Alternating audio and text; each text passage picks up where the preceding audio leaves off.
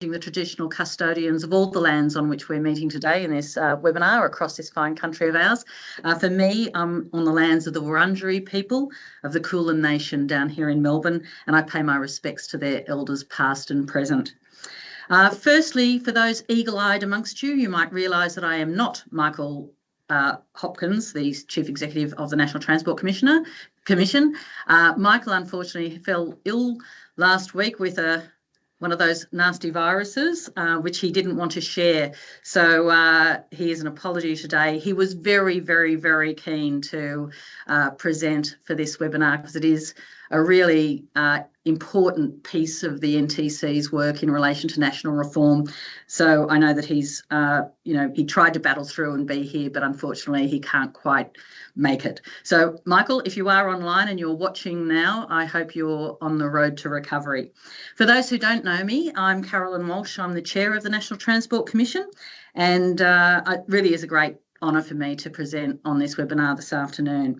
Before we get stuck out, I just want to give a shout out to everybody who's here. We've had a terrific response to the attendance to this webinar, and I can see some colleagues up there already we've got people from, I think, many of the rail infrastructure managers around the country, rolling stock operators. We've got representatives from government jurisdictions all across the land. We've got people from the rail industry supply chain joining us, and I'm really delighted about that because we're going to need everybody's help in not only determining the scope of what these mandatory train control standards should look like, but we also need your support and enthusiasm for actually getting them over the line, because really what we want to present to ministers during the course of this reform is an industry-led view about what we need to do to promote interoperability in the rail sector in Australia. So having everybody on board, involved, sharing their views, and hopefully coming out with some consensus around what this might look like is a really important step. And it's a landmark step for rail in Australia. I'm not going to go into any detail about the National Rail Action Plan. I know that many of you are aware of it and involved in it. We've been dealing with the consequences of a fragmented rail system across this country for forever, and now this is a really important part to play in reducing the differences across rail in Australia so that we can try and get a safer, more productive rail system in Australia. So right now, the work of the NTC under the NRAP program is involved in developing new institutional arrangements to oversee the standard setting process. And we're not going to go into that today, but there will be opportunities to have a conversation about the institutional arrangements for this going forward over the course of the coming months.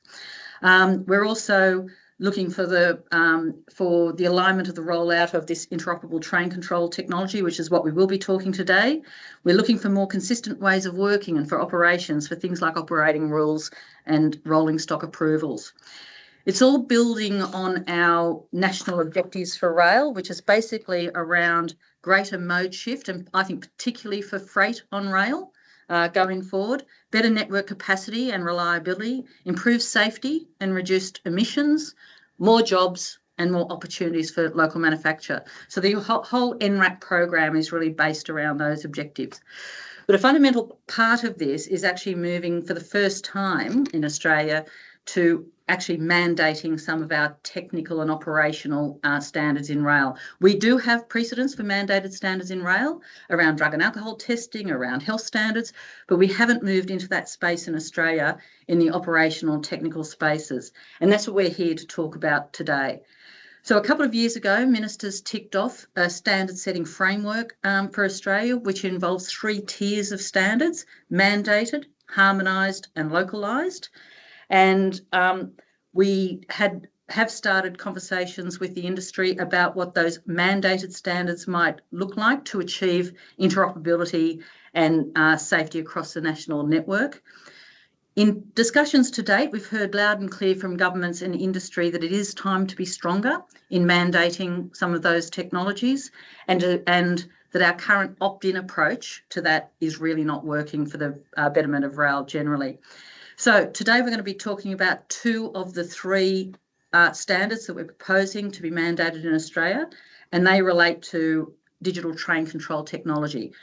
The trackside standard for rail infrastructure manufacturers, managers that outlines what needs to be installed on the network, and an onboard standard for the rolling stock on the network, and outlining the requirements for onboard equipment. The initial conversations, as I said, to be held to date has been actually very positive. People are actually looking for the certainty that will come from these standards. But of course, the devil will be in the detail, and we need to make sure we get the standards right. We've heard that performance-based standards are the right way to go to allow for flexibility, but they will need to be supported by sufficient detailed technical requirements to ensure that we can get the interoperability that we need on the network. So we need to get the right balance between what we're mandating and what we're still allowing for flexibility and agility to make sure that we get that innovation in the sector in the future. And so that leads us to this, where we're up to now today, with looking at the work on the technical scoping of what these standards should look like. And this afternoon, the NTC will be releasing on its website a discussion paper about that scoping, and we will also email that discussion paper and the slides from today to all of you who are participating in this webinar. To kick us off and to take us through this, the discussion is going to be led by the NTC's Head of National Rail Standards Reform, Melissa Radke, and our Executive Advisor on Rail Technologies, Stephen Lemon. And they're going to take us through this scoping work in a bit more detail, outlining our consultation process and how you can get involved over the coming months in helping us scope out these standards. We'll have some time for questions towards the end. So please, as Steve and Mel are presenting, could you please put your questions in the chat? I'll try to get to as many of them in a short period of time as we can, perhaps wrap up some themes.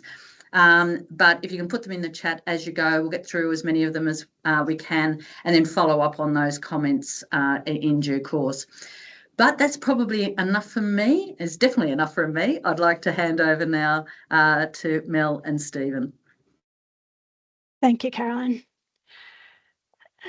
So Caroline's given a fabulous snapshot out there of our National Rail Action Plan, which we're working on with governments and industry to deliver reform.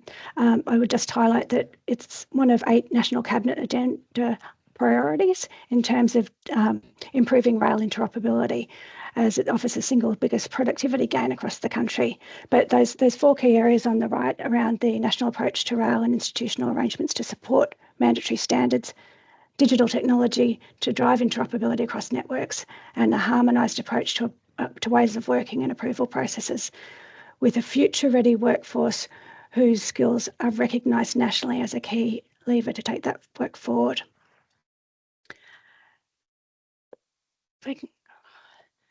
A number of you will have seen the National Rail Standards Framework before. As Caroline mentioned, it's focused on 3 tiers of mandatory standards supported by harmonised national standards and local standards where required. The discussion paper that we're releasing today really explores key considerations for digital train control technology, including technical, process, delivery and ongoing interoperability management. So we need input from a range of stakeholders. We're working with Sistra Palazzi Rail and seeking to explore what needs to be mandatory to take forward. There will be other areas that will require standardisation in terms of having harmonised standards or local bespoke standards, but what is key to drive interoperability that needs to be mandated is the focus of this piece of work. The National Network for Interoperability, or the NNI, is a key part of this deliverable because it really sets the parameters for where interoperability is required. It's those railway lines that connect and move passengers and freight from port to port and terminal to terminal across the country, providing that national rail connectivity. The NNI was approved by ministers in 2022, but it's not static, as a number of you would be aware. We've consulted recently around the potential inclusion of the Hunter Valley Rail Network due to its contribution to the rail freight economy, as well as that passenger and freight connectivity that it will enable. But the NNI is really critical as it provides that focus for interoperability reform. It's where the standards that we're proposing will be mandatory will apply, noting that others who are on different networks may also elect to take up use of the standards as they're rolled out. as Carolyn mentioned, we've got 3 key areas that we're looking to have mandatory standards set in place. And the focus for today is really around those first 2 for digital train control technology and trackside and onboard, and what that scoping might look like. So for a RIM, what needs to be installed on the network to ensure efficient interoperability across the network.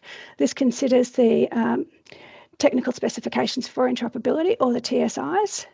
The onboard standard really looks to a rolling stock application and what needs to be required for onboard train equipment to ensure that configuration elements are taken into account and integration with trackside equipment is put in place to enable that interoperability across the network. We're currently undertaking a separate process in relation to the rolling stock approvals. So, as many of you will be aware, but our email address, contact address will be at the end of the session. If you've got any questions around that one, I'd encourage you to send them through. But at this stage, we're focusing very much today on the digital train control technology aspects.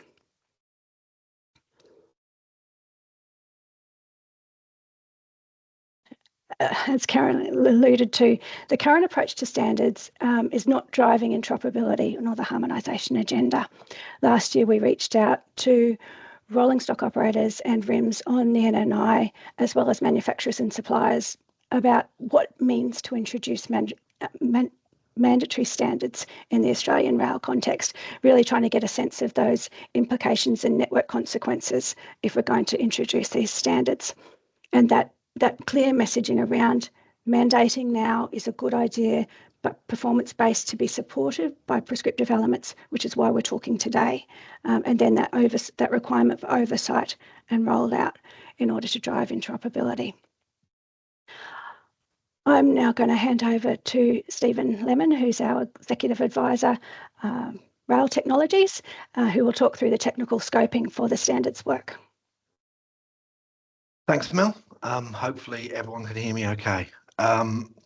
So yes, I'm going to talk a bit about the content of the discussion document that will be circulated and the work that we've done up until now. So just to reiterate, the work on the mandatory standards is in 2 main phases. So this first phase is around scoping the standards. It's not the drafting of the standards themselves. And the importance of this first phase is to give the entire industry, government, etc., the opportunity to kind of consult with us on the scope of these standards, because as Carolyn mentioned at the beginning, it's really important that we get the right balance of having sufficient mandatory scope to ensure we get the interoperability we need, but without over-mandating and ended up unnecessarily constraining the flexibility in ETCS deployments that is needed to meet operational needs. So where we're talking about digital train control in these standards, we're talking around the European standards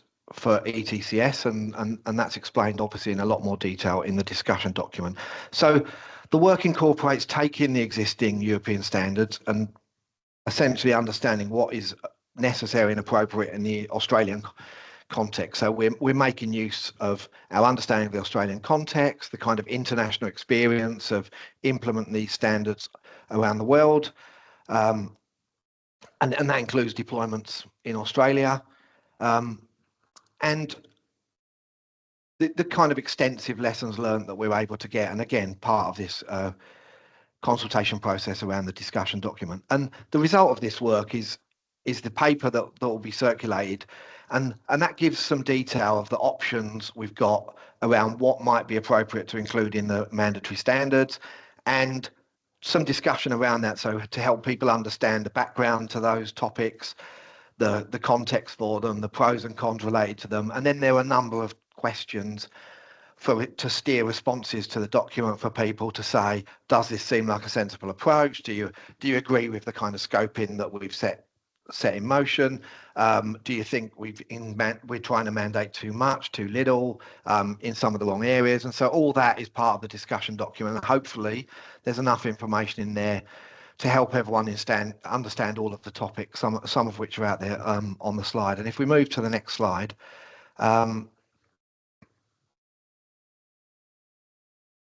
just to reiterate a little bit something Mel said earlier, the European technical specifications for interoperability, they're a key foundation for this work, but they're not the only one. We're not creating Australian versions of those standards and duplicating them. What we're doing is looking at how can we ensure they're applied in a consistent way, and only the appropriate parts of those standards in the Australian context, as we need to ensure interoperability. So this is very much focused around what do we need to do to achieve interoperability, and not over mandating, and certainly not mandating anything because it just seems like a good idea, but very fundamentally linked to the need for interoperability. So as I said, the technical requirements are part of this, but they're not the only bit. And the TSIs contain a lot of information, in particular around compliance with the requirements, the certification with the requirements, the assurance around it, and the sort of questions we need to ask ourselves is, if, for example, we've got ETCS on board a train that operates interstate in multiple jurisdictions, what kind of assurance is required for that to certify it so that it can be accepted once on behalf of every applicable jurisdiction and not repeated everywhere? Equally, what assurance would we need for trackside ETCS deployments to ensure they're appropriately compliant for the operation of the interstate trains? So that aspect of compliance and assurance and certification, all of that is discussed in detail in the discussion document. So it's not just about technical requirements. It's really about the context from assurance and certification, but also, as you can see in the third box there, there's the need for the ongoing interoperability management. So how do we manage this on an ongoing basis? If there are updates to the TSIs in Europe and the associated specifications, how do we ensure that they're considered, and that the jurisdictions and bodies implementing ETCS in Australia can understand what might be appropriate to introduce updates, how that might impact on interoperability, how that's going to be managed and implemented. So the kind of ongoing management around these standards is important as the standards themselves. So none of this will be cast in stone. There'll be new projects, there'll be updates, and we need to make sure that we implement these in a sustainable way, with the ongoing management of them fully addressed. If we can move to the next slide. So to support this, we've really got 4 key requirements. So a key principle here is that we are not replicating the European standards and creating equivalent Australian versions. What we're trying to mandate is appropriate alignment in the application of those standards to suit the Australian context and ensure we achieve interoperability on the NNI. So this is very much about an agreed, consistent application of the TSIs, not duplicating the TSIs. As it says there, the certification of onboard is critical. We need to be able to certify interstate trains, and that certification needs to robustly support all of the jurisdictions in which that train is going to operate. So ensuring that jurisdictions agree with a process by which they don't need to then start replicating certifications that have already been undertaken elsewhere is an absolutely critical element of the work.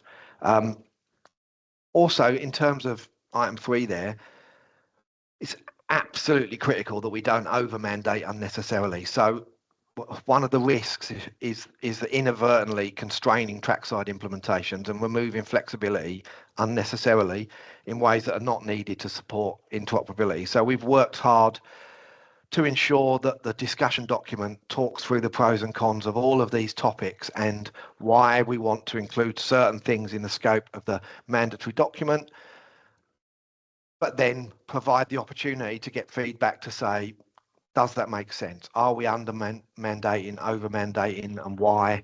And do people understand the implications and agree with us around the options around that and the pros and cons around that? So it's absolutely critical that we get the right level of feedback to ensure that we reach a pragmatic position where we achieve the desired levels of interoperability, but maintain that flexibility for different network configurations and different network operational environments. Again, as it says there, the sustainability of this is absolutely critical as well. So how we achieve national coordination to ensure that any interoperability we do achieve through these standards is actually sustainable, and how is that managed on an ongoing basis? How do we deal with future and ongoing developments, how do we ensure these standards remain appropriate as we get ongoing changes and updates to them, and potentially jurisdictions might have non-compliances that need to be managed to suit very specific operational requirements, and that all needs to be managed in a coordinated way across Australia to ensure that we maintain that level of interoperability that we're trying to achieve. I think if I can pop to the next slide.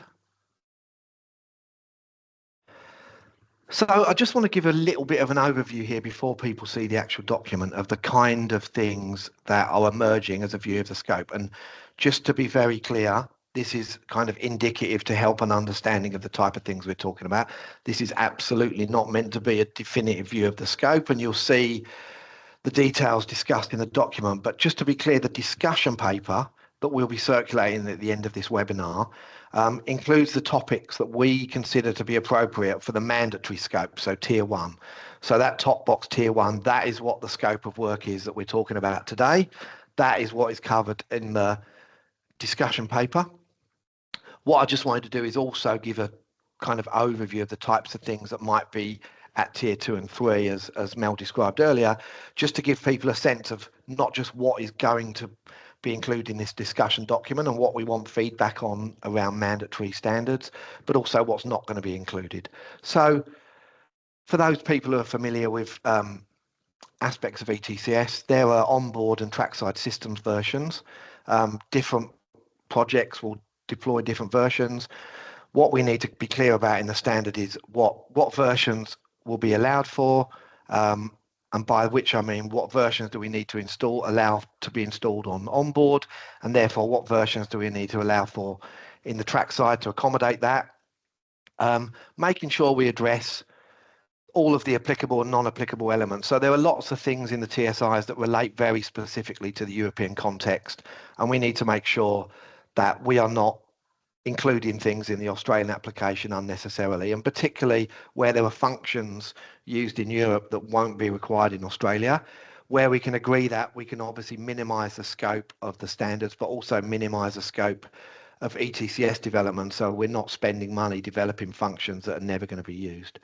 And where there are permissible deviations, then obviously we need to discuss them, because that may be necessary in the Australian context, because there are some differences from the European context. And of course, I've mentioned managing non-compliances, but also radio requirements. This is discussed in great length in the document, because there are different radio networks around Australia. There are different radio solutions that will need to be used across Australia and across the NNI. And so clearly, if we have trains that operate interstate, we need to be clear about what are the radio requirements to be fitted on the onboard to ensure that it can operate interoperably in all of the jurisdictions. And again, as I've mentioned already,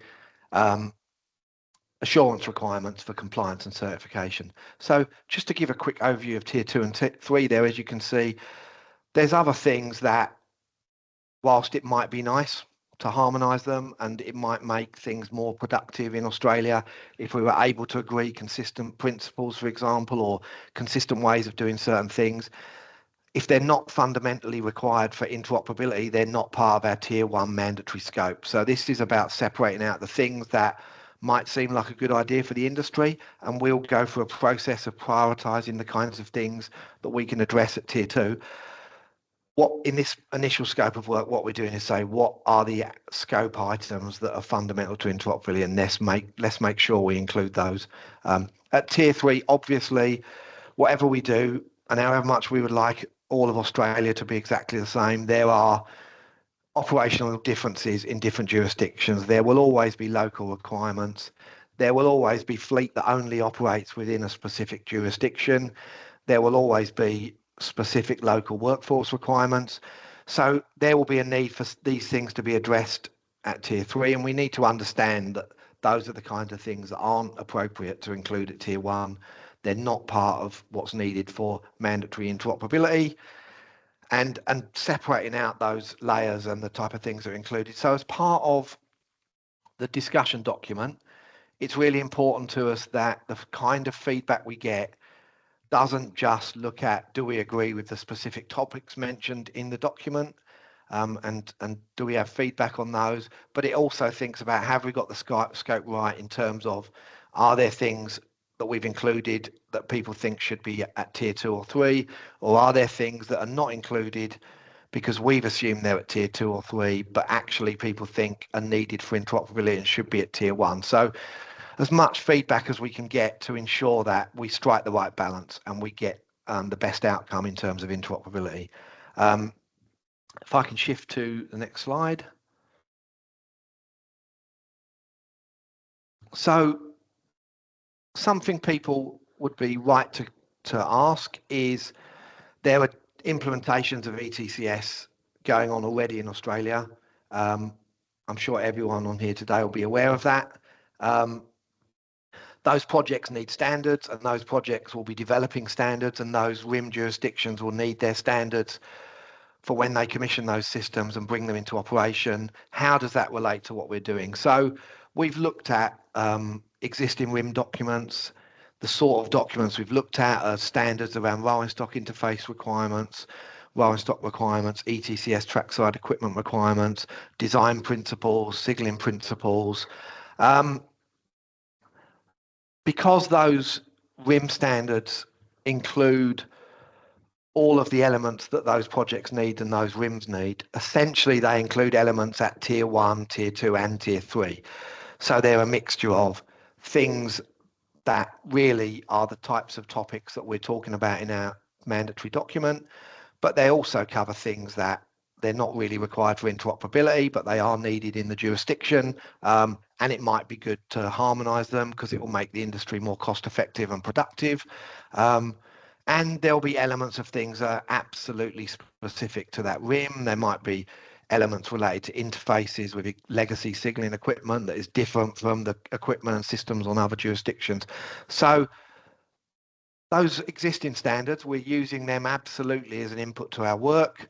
We're absolutely considering great work that's been done in different jurisdictions that we can leverage as an input into the work we're doing, and look to get the best outcome in terms of proven analysis that's been undertaken that can then form the content of our mandatory standards where applicable later on. So, but as I said, this scope of work is not drafting the actual standards themselves. This scope of work is making sure that when we do come to draft the standards, what we have is a largely agreed scope of what should be in the standards and what shouldn't be in the standards, and that's been well consulted, so that we can go into this process with confidence that we're writing mandatory standards around the right scope.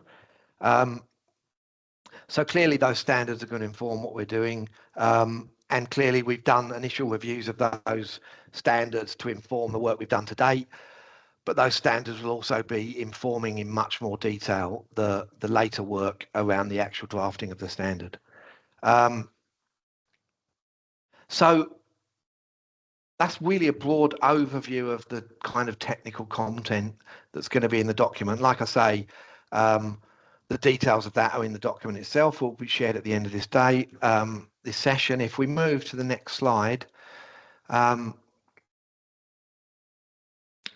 just want to really give a sense now of the next steps. So as I said, the consultation paper and the presentation slides, and the consultation paper is a more than 100-page document. So we're not talking about a couple of pages of high-level notes. We're talking about detailed discussion document covering the types of topics that we think need to be in the scope of these mandatory standards, and what the context is for that, what the issues might be with that, what the pros and cons of that might be, how that helps to support interoperability, and any other issues related to that, and questions related to that we'd like feedback on. So it's really quite a detailed discussion paper, and a lot of work has gone into that, supported by the consultants, Palazzi, Rao and Sistra, that have been helping us with this work. So these will be distributed this afternoon and made available on the NTC website and sent to everyone who's here today. There's a contact email address for people to get in touch. We are going to organise specific technical workshops with groups that will include rail infrastructure managers, suppliers and manufacturers, and also operators. And the proposed dates of those sessions are detailed there, and people will be contacted by NTC to help organise those. And again, anyone going to one of those technical workshops, we'd be keen in advance of the workshop to get as much information as possible about the kind of specific topics you'd like us to cover as part of that. In addition, these are the sessions and specific sessions we're proposing at the moment, but additional sessions can be organised if we have interested industry bodies and stakeholders. Again, please contact us to discuss that if you'd like to have a dedicated session in that sense, and we'll look at whether we can facilitate that and how that might work. But again, we've got to fit it in with the context of the sessions we've got already. We're looking to get input by the 17th of July. Again, the correspondence that goes out to everyone who's here today will explain this in detail. The contact emails are there. And I think I will now hand back to Carolyn for a bit of a wrap up, and then we'll see if we can do a bit of Q&A depending on how many questions we have. Great, thanks Stephen, and thanks Melissa. That's a great overview. So we are open for some Q&A now, and I'm going to try and capture a couple of the questions. The first one is a cracker, which is, are we concerned with RIMS installing ETCS now that the opportunity to standardise ETCS requirements has already been lost? I think the answer that I would say to that, but I'm going to throw to Mel and Steve for their views, is I think we were all very concerned that we were reaching a tipping point where that opportunity might be lost, but I think we're catching the ball at the right time.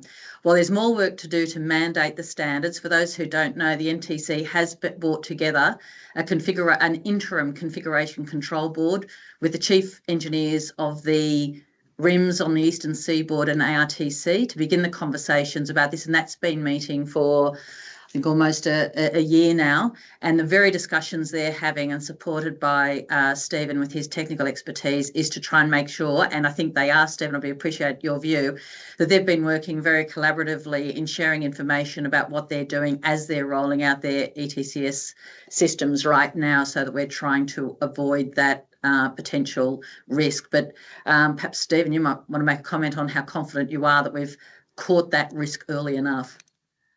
Yeah, absolutely. And I think it's important to say that whilst we've kind of facilitated that CCB process and had collaborative participation from the jurisdictions that are all that are either thinking about already deploying ETCS, it's fair to say there's really been some great collaboration between those jurisdictions without our facilitation. So this is an issue that people are well aware of, and so the current jurisdictions deploying ETCS that in Australia that people will know, in terms of particularly Queensland and New South Wales, I mean, they have actively collaborated and shared information around the work that they're doing, and shared that both with each other and with us. And New South Wales sponsored some particular work to assess the elements of those projects to make sure we understood anything at all that might be different between them, and for us to analyse what implications that may or may not have for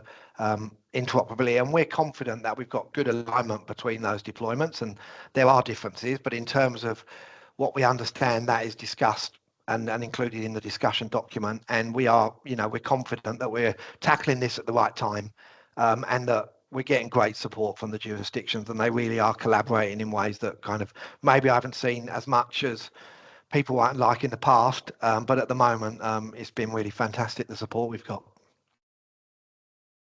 Yeah, so there's a question there about what we've got in mind in relation to the certification of the equipment on board and trackside, and we will be capturing that as part of the discussion about the institutional arrangements.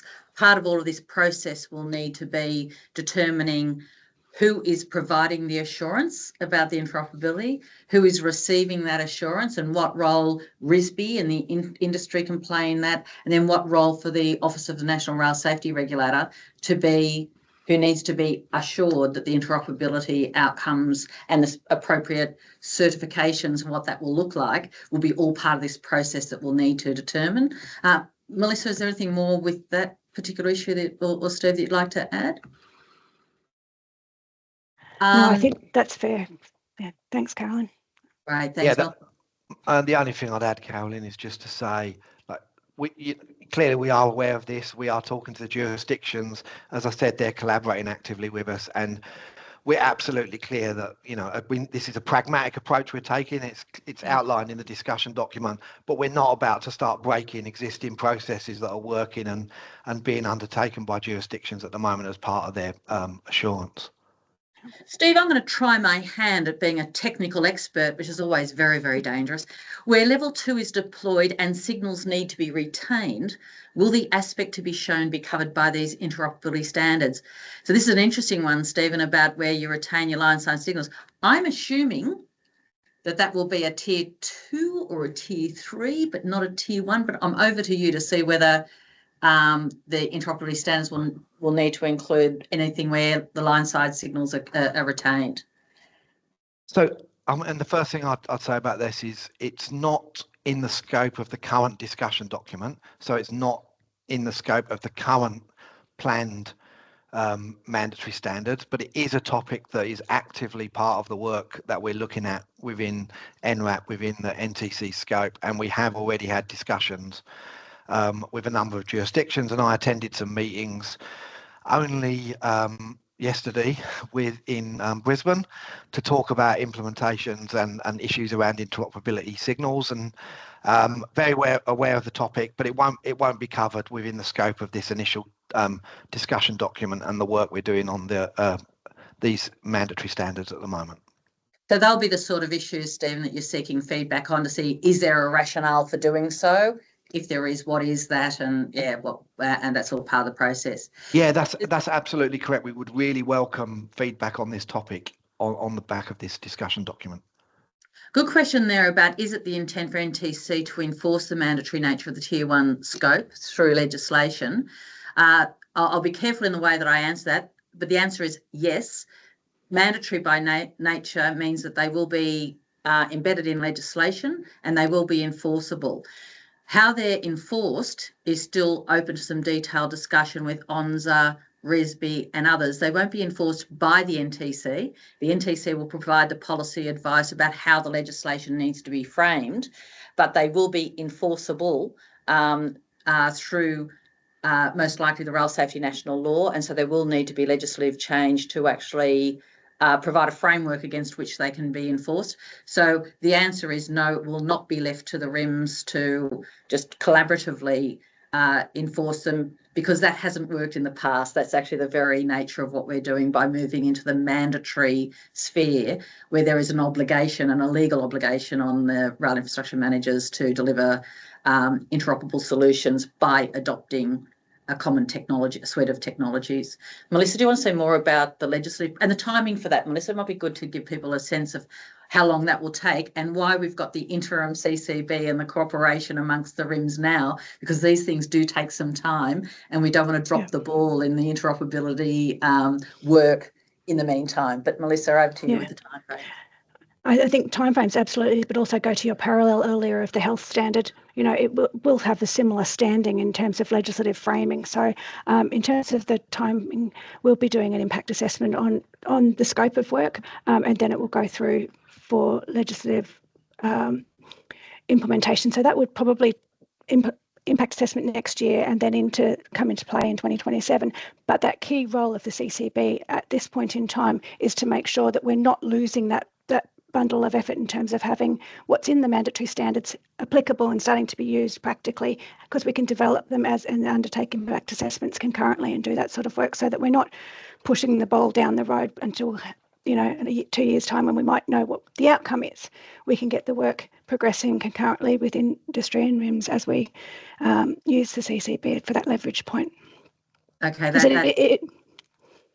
It is a long, gestation in terms of impact assessments and legislative change, but it is that work that's happening concurrently, I think, that really gives it effect earlier. Yeah. And Romy, the question there about are you proposing a form of a national ETCS CCB? The short answer is yes. What we're struggling with is who would it report to, who would it be accountable for, how would it be configured, and how do we link it in a legislative setting.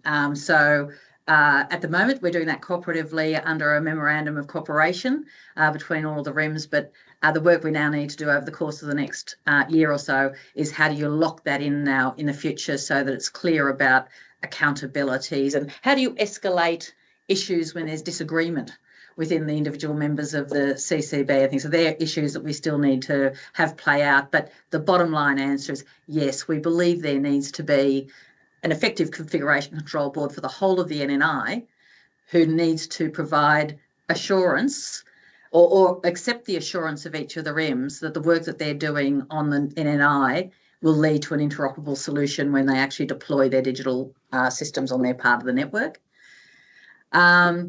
There's been quite a few questions around more detailed stuff around train radios, the FRMS-CS Europe work that's happening in Europe around the next standards of train radios. Stephen, how do you see the European FRMCS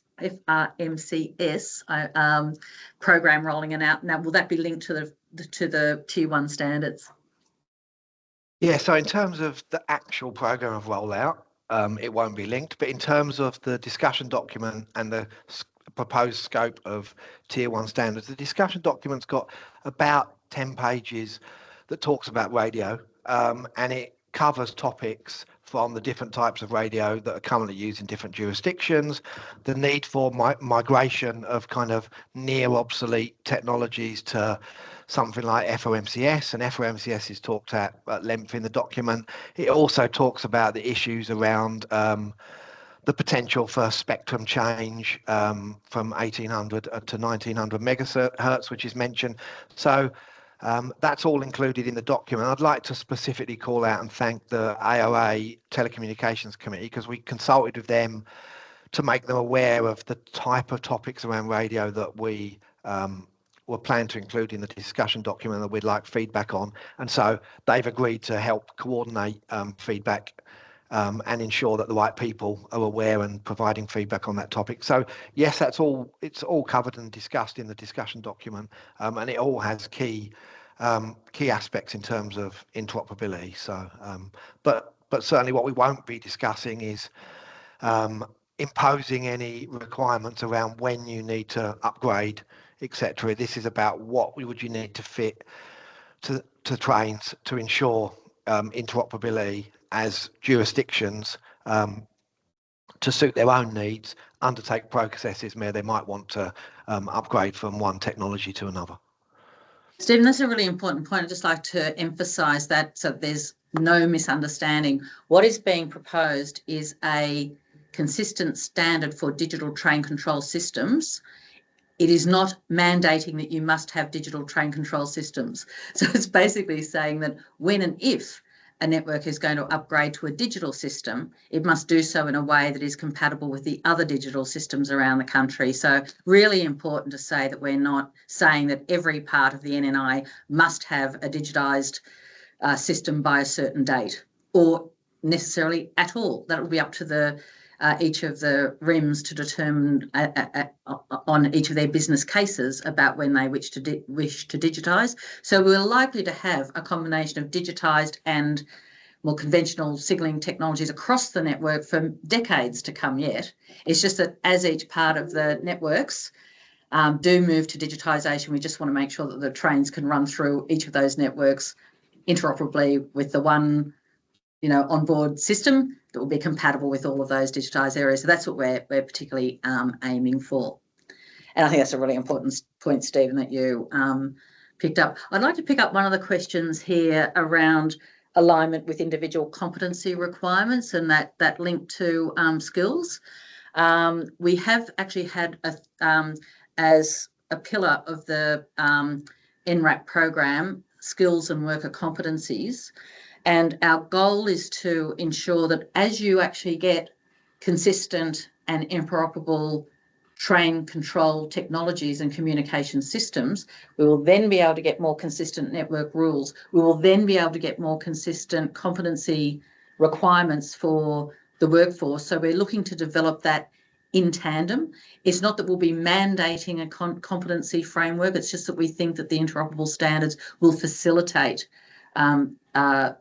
more consistent competency arrangements across the country, and certainly allow for greater portability of competencies across the country and less cost to both the industry, the supply chain, and indeed the workers themselves in terms of what they need to do to reskill or retrain when they move to a different area. So I hope I've sort of captured that question, but if not, if whoever raised that question wants to raise that in the more detailed workshops, that would be great. But Melissa, is there anything more on the skills side that I was just going to say that's been quite a key part of the discussion, feeding into the ICCP as well around the skills, because it's a key pillar for this. So yeah, it's very much taken on board so far. Yep, great, thanks.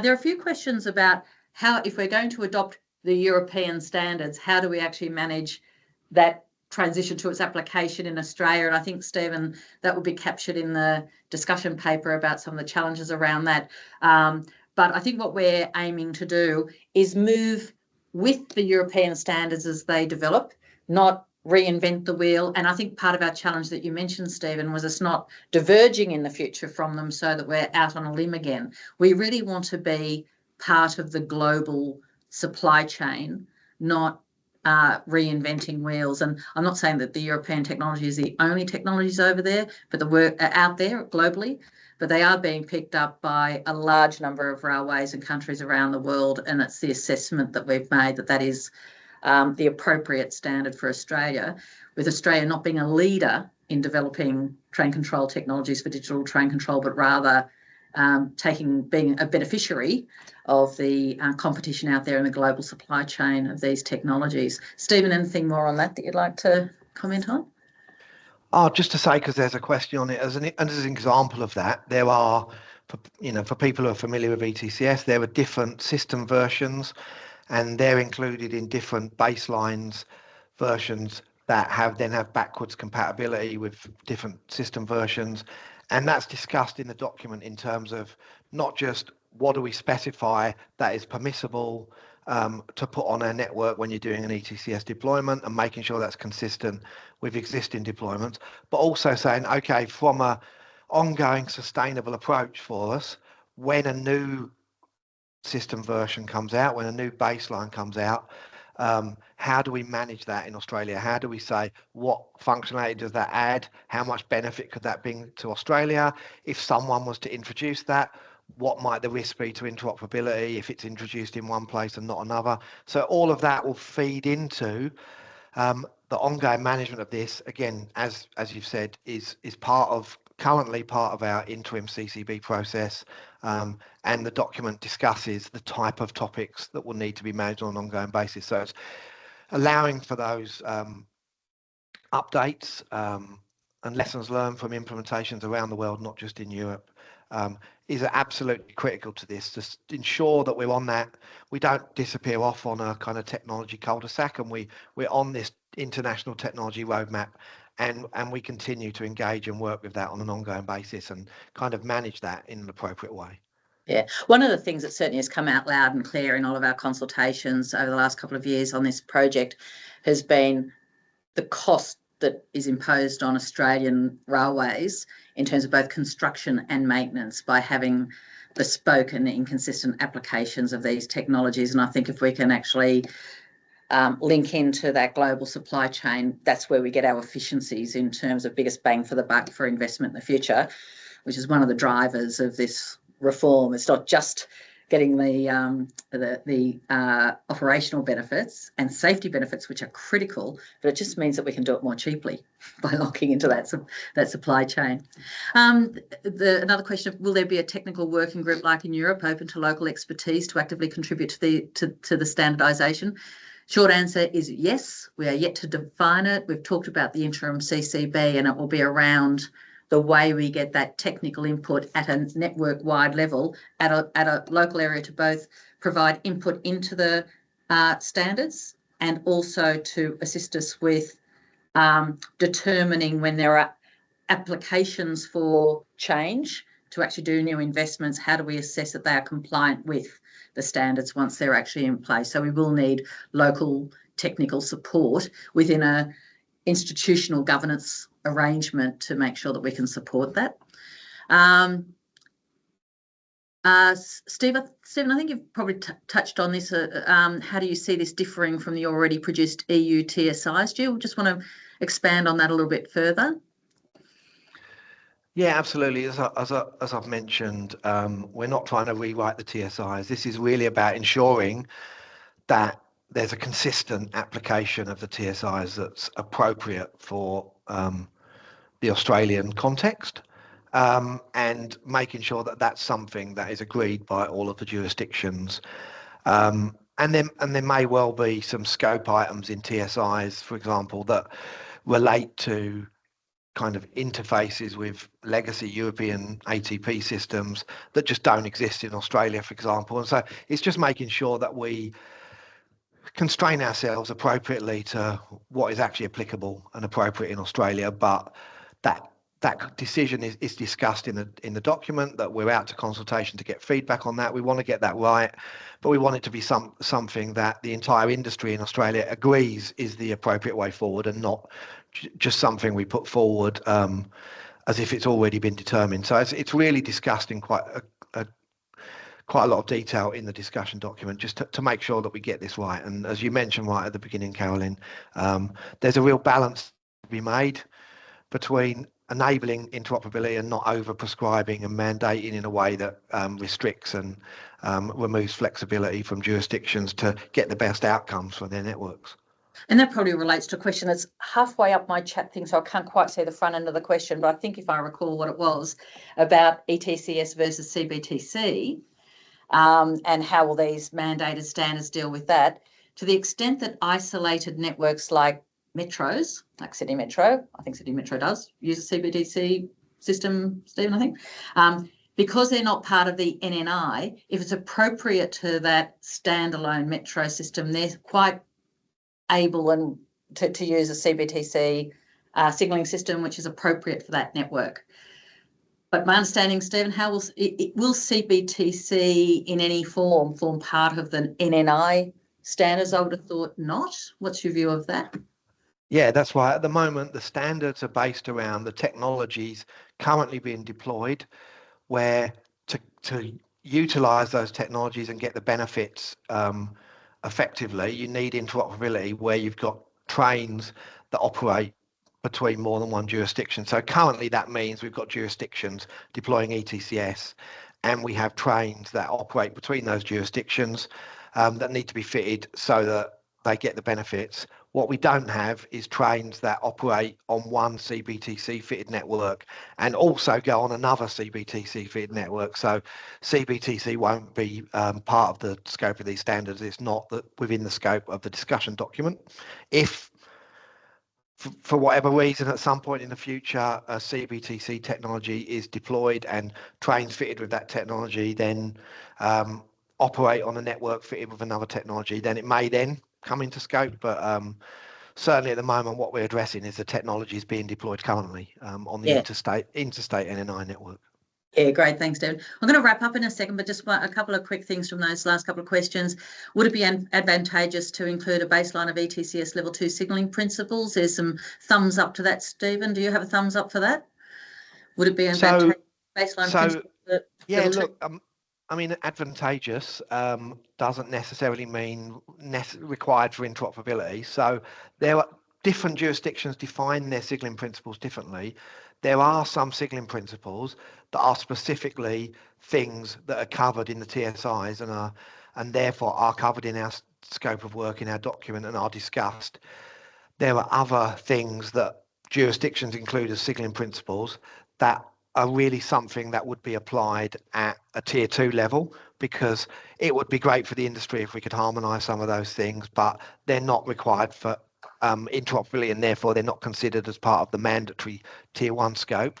Again, we've tried to discuss that and find a balance on that. If people think we haven't quite got that right, and that there is an implication for interoperability that we haven't considered, definitely keen to get feedback on that. But at the moment, we expect that kind of balance around what is actually required for interoperability and what is just a good idea for the industry, around the differences between tier 1 and 2. Great. And just a final one that I'll answer, hopefully not too flippantly, on will the NTC work in isolation adopting the EU TSIs, or are there plans to create a line of collaboration with ERA for future evolution of the TSIs? We are collaborators by nature in the NTC, and I've been colloquially using the term, we are going to be part of Eurovision when it comes to this. So I think the bottom line answer is Australia wants to be part of Eurovision. It's not unheard of since Brexit.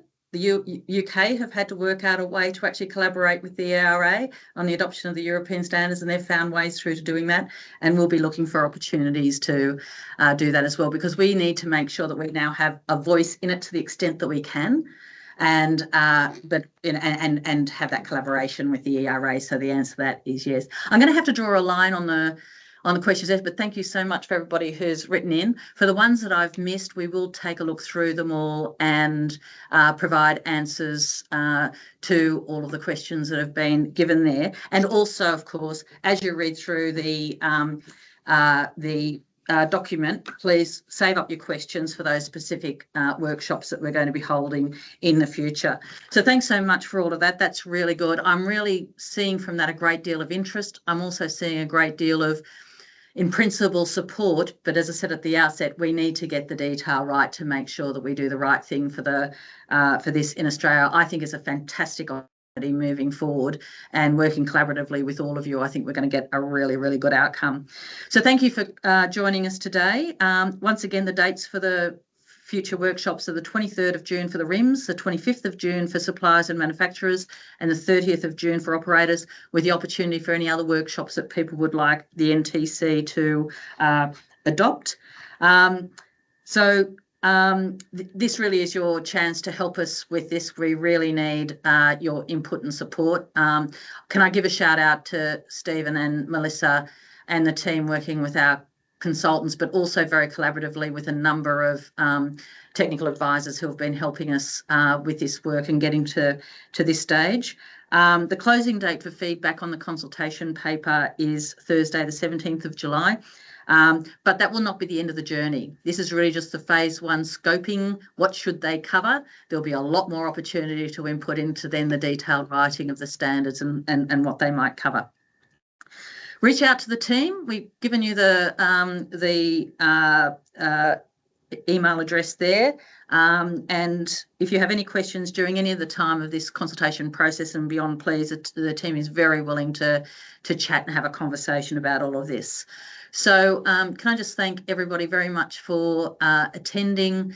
I want to give also a bit of a shout out to ONSA, to our colleagues at RISB, to the people on the interim CCB, to the industry itself, and particularly through the ARA and the support that the ARA has been giving us in terms of seeking industry input and advocacy for this, and also to our policy colleagues around the country who I know are online today, who are really interested in supporting this. They know that this is really, really up there on the agenda for governments and for ministers.